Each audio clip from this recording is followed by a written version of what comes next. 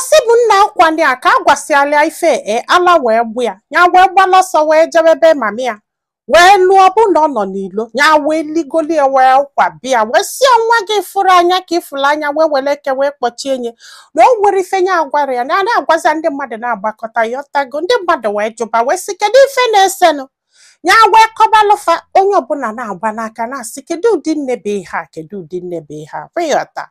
so kwana ndị mmadụ wee si akọmọn ya jee na steshọn ka o jeme gịnị ka o jebe elu ọnwụ ya o wee si ngwa ya bịa aka fajebe ndị mmadụ si ya gwasolie ka o wee doshọn obelu nwanne ya nwoke na ya chekwana ya na mmadụ maka na ya gbalụ moto nke ya tago wee jebe ya gbagba nke ya wee jebe kafa luteziri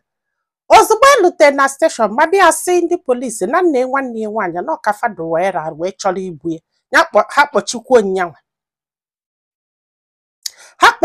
nyanwa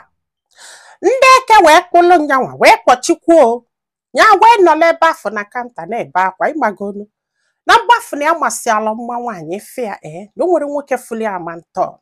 ịghọta so DPO wee pụta wee na-enye anya wee si oho kezi ihe ọmarịcha nwa nke a na-ebe eme ha wee kọbali ya wee kọsịalị o wee sị anya solie bịa n'ọfisi enya wee solie wee bịa n'ọfisi wee kọtọpụ ndị akọkwela ọlụ DPO wee tie nta tie nke wee kpọba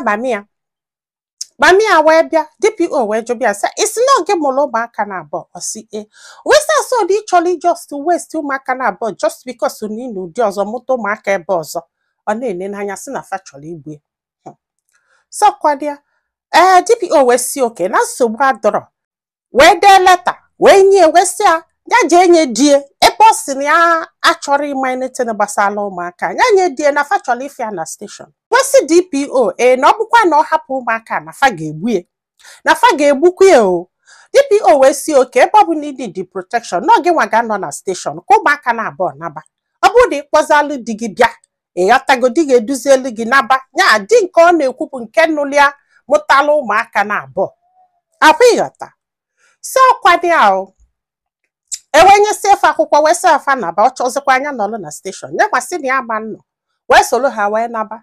so nwanne ya nwoke nabazia na nke enyi ya nwoke ya gwa wee kwado ka anaba na nke pastọ ka a nọzi na-eche moto nwaanyị agbala ọsọ bịa kwụsị n'iri ewele akwụkwọ afọ DPO nyere fọnye n'ime akwa ya wee ka na-asị kedu ife na-eme n'osi ọbanye ihe anụnwa gbanaga ya wee si mba wee jebe bie wee lụọ bie wee were akwụkwọ afọ wee nye wee si ya n'oge ka asị gị chọba di gị na ọ bụrụ nyanwa abụ ịghọtago ihe a niile na-eme nkịta awụ with the help of the pastor ọkwa ịghọtago ya na ya na-abọbi si akwado ya si ya na ya na-abọ wee ka ya eme ose aka ka ọ manya ọlọ si ya na ọ mara anya na ya ga-abọ o wee hapụ ya wee na olu echie niile ọdụka after 2 days asị ha chighete ma ọ bụ na ozisie dị man ozi ha niile wee soro gaba na pastọ sokwu ha wee gaba bọsị afọ ha wee lụọ nwaanyị a wee dọlisi akwụkwọ wee wele ya wee bịa wee si ndị polisi na ọnya nwa bụ ihe dọlisiri akwụkwọ afọ sọsọ maka na ya si ya jee nye nne ya akwụkwọ ya wee daa na wee bebe pastọ wee sị ha ọkwa ịnụfụrụ nwa na ọ ga-eme ihe niile o mana ọ bụkwa ma nke ịdọka akwụkwọ na ọma mmie ịghọtago na asị na kịta amami ya tiri ife ọbọlụ na a ga-ekwe ma ọkwa ma nke ịdọli akwụkwọ asịsị jee wee chọta papi ya na ọ bụrụ eziokwu so ihe a wute nnọọ DPO wee sị ya so na ịchọrọ iwest ụmụazị actually anyway ihe niile dọbalụ chukwu welu dị akwụkwọ wunye na gabeji dị ebe afọ sị ha naba ha wee nabakwanụ na o nwekwa ihe kpetara ego nwaanyị a just lie ego afọ kpọchikwuo ha ịmarọ ọsịmụnne na ike kwụọla ọtọ gwu ya mara ife a ga-eme kekwena ifefe ga-eme na o nwere ya na-edi in fact na ihe ya fụlụ n'etiti papia na mamia melie ya sị na ya ma nnu di na ya chọrọ ịnụ di akwa ịghọtago mana pastọ bịazi anọ na-eme ya ọfụma ya wee were onwe ya wee tinye n'ime chukwu na na-ekpe ekpere na-agagharị until one day one man wee bịa na chọọchị wee na-asị na ya ga-anụ ya yọtago na-abịakwa ya emesie